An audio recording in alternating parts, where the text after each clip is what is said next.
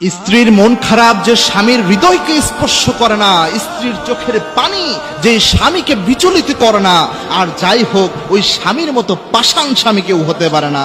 মনে রাখবেন, আপনার স্ত্রীর চোখ দিয়ে পানির ফোঁটা পড়তেছে আপনার কষ্ট কথা শুনে, আপনার জন্য কষ্ট পেয়ে, আর আপনার হৃদয়ে সামান্য পরিমাণ তার জন্য অনুভূতি নাই।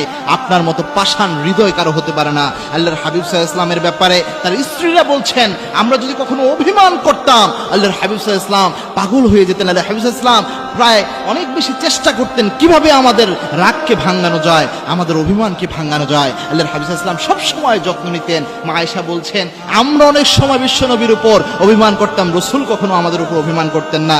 আমরা অভিমান করলে খুব দুষ্টু মিষ্টি কথা বলে সুন্দরভাবে আল্লাহর হাবিব সাল্লাল্লাহু আলাইহি ওয়াসাল্লাম অনেক রোমান্টিক ভাবে আল্লাহর হাবিব সাল্লাল্লাহু আলাইহি ওয়াসাল্লাম আমাদের রাগকে ভাঙিয়ে ফেলতেন, আমাদের অভিমানকে ভাঙিয়ে ফেলতেন। সুতরাং রাসূল সাল্লাল্লাহু আলাইহি ওয়াসাল্লামের শিক্ষা নেন, স্ত্রী এবং স্বামীর সম্পর্ক হচ্ছে আল্লাহর দেওয়া সেরা সম্পর্ক।